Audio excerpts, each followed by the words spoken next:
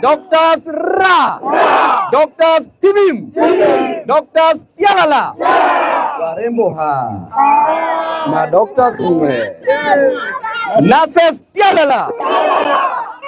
Now, the first thing that we will do is not to leave these precincts of parliament. Mheshimiwa Osoro, these doctors must never leave here. Under the doctrine of necessity, the doctors must stay here because they need money. We will not wait for 2 weeks.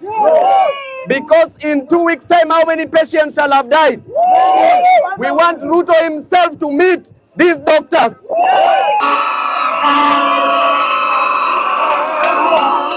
Doctors power.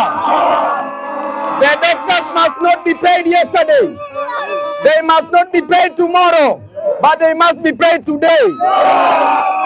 Ruto took loans and Ruto is collecting taxes, and those taxes must be used to pay these doctors. Ruto is vicariously liable for all the deaths occurring in the hospitals, for all the deaths occurring in this country, because he has refused to pay the doctors. Ruto touched our toes and we kept quiet. He moved to our knees and we kept quiet. He jumped here and moved to our heads and we kept quiet. He moved to our chest and we kept quiet. Now he has touched our private parts. Dr. Ria! Dr. Ria!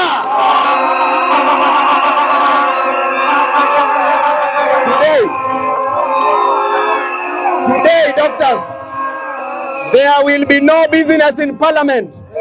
Therefore, Mheshimiwa Osoro, inafaa utoke hapa before doctors wakukimbize hapa.